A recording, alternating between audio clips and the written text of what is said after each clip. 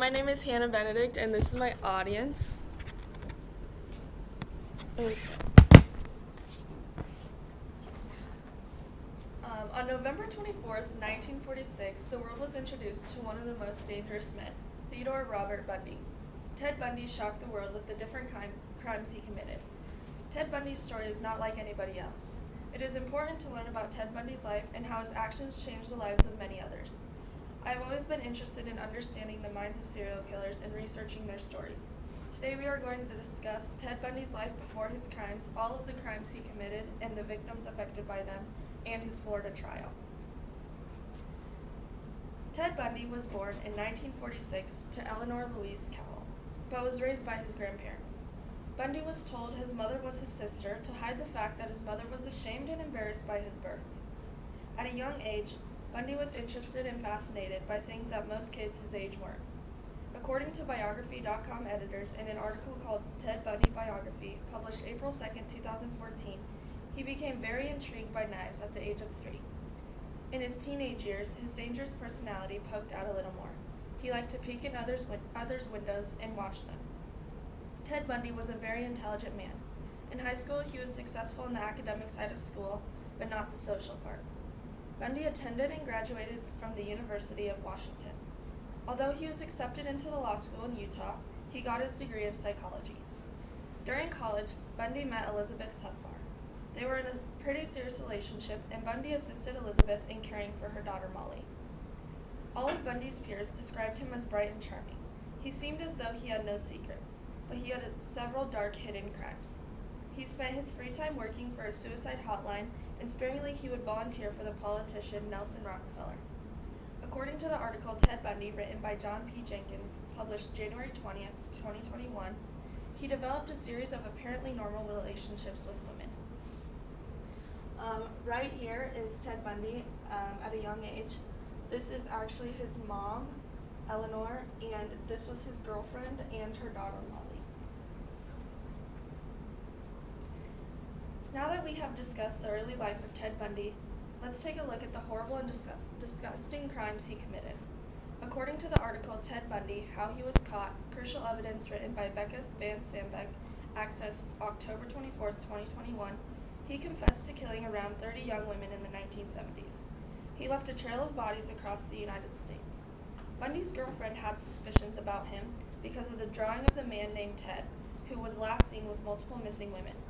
She contacted the police with her suspicions. One night in 1975, Bundy was arrested because his Volkswagen matched the description of someone who tried to kidnap Carol DeRanch in 1974, and he had tools such as a crowbar and handcuffs in the back of the car. According to the article Ted Bundy Biography, published April 2, 2014, in 1975, Bundy was arrested in the kidnapping of Carol DeRanch, one of the few women to escape his clutches. He was convicted and received a 1 to 15-year jail sentence.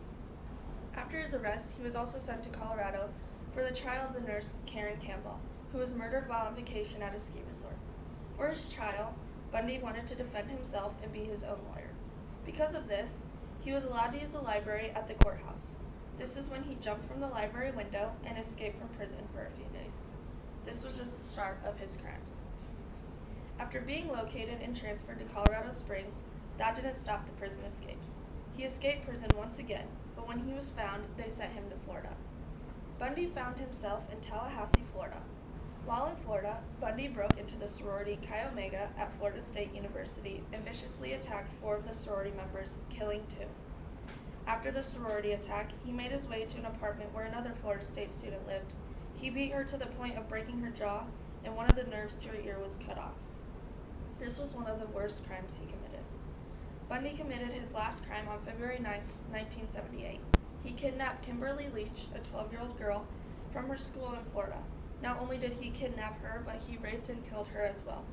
A few days after her murder, Bundy was pulled over for a stolen car. He tried running from the authorities, but they caught him. He wouldn't give his name, so at the time the cops didn't know who they were dealing with. He was arrested and put on trial. This is Carol DeRanch, the girl that escaped from him. This is the nurse, Karen Campbell, that he killed at the ski resort.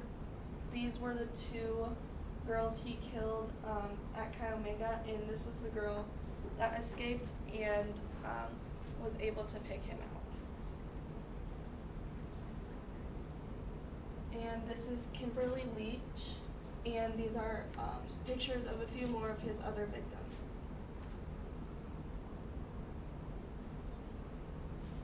Now that we have an understanding of the main cases, let's take a look at one of the most famous trials and the first televised trial in America. According to the article, Ted Bundy Convicted of FSU Murders in Miami, Trial 40 Years Ago, written by Peter Burke, published July 24, 2019, Bundy, then 32, was convicted on 2 counts of first-degree murder, 3 counts of attempted murder, and 2 counts of burglary on July 24, 1979, after a month-long trial in Miami. After multiple lawyers and Bundy not being satisfied, he decided to defend himself until the lawyer Paulie Nelson came along and defended him from 1986 to 1989. There were many objects and people used against Bundy in the trial. One of the Chi Omega survivors was able to identify Bundy as the attacker. The most effective evidence was the bite mark found on one of his victims. It matched perfectly with Bundy's teeth. There were also hair and clothing fibers found in Bundy's car, tracing back to Kimberly Leach, his last murder victim. Although Bundy thought his self-defense was good enough to get him by, the evidence was enough to find him guilty of murder. Bundy was sentenced to the death penalty. He was executed on January 24, 1989. Even though he confessed to only killing around 30 women, people believe his number of victims is closer to 100.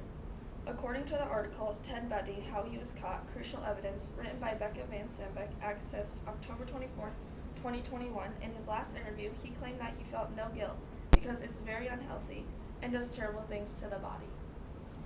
This is the doctors tracing his teeth. This is him in his trial, and this was his car that was used as evidence as well. In conclusion, we have learned the early life of Ted Bundy, the crimes he committed and the victims affected, and his famous Florida trial. It is important to understand the actions of Ted Bundy and how it affected multiple people around the world. The minds behind serial killers are very strange and disturbing, but it is always interesting to see their patterns. Bundy is one of the most famous serial killers in the world. His story will always be one of the most intriguing but disgusting ones of all time. And here's my audience.